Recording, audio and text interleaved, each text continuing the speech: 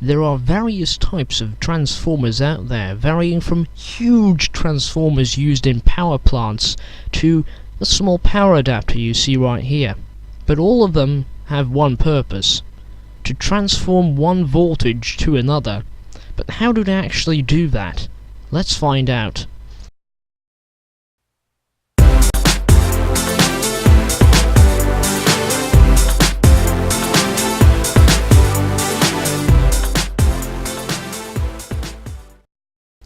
So a transformer is basically just two coils.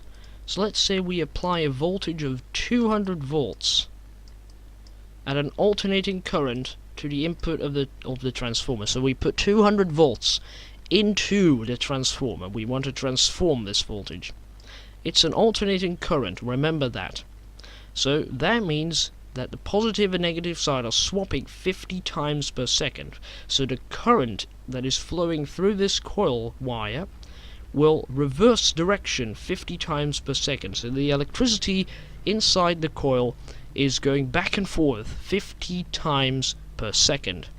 Now, because electricity is moving through a coil of wire, of course a magnetic field will be generated. This is what the magnetic field will look like schematically.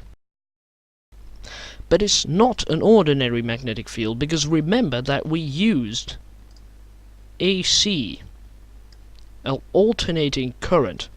And we just learned that an alternating current produces not just a stable magnetic field, it produces a magnetic field that rapidly turns itself inside out 50 times per second. The positive and negative side of the magnetic field swap 50 times per second, just like the current inside the wire reverses direction 50 times per second. So we've got a rapidly moving magnetic field, which is then going to hit the small coil. Now electricity will be generated inside that smaller coil. This is called electromagnetic induction. You use a big coil or some kind of coil to generate a magnetic field, which then generates electricity or induce electricity inside another coil. This is also used for wireless phone charging. Also, you can now see why we need AC.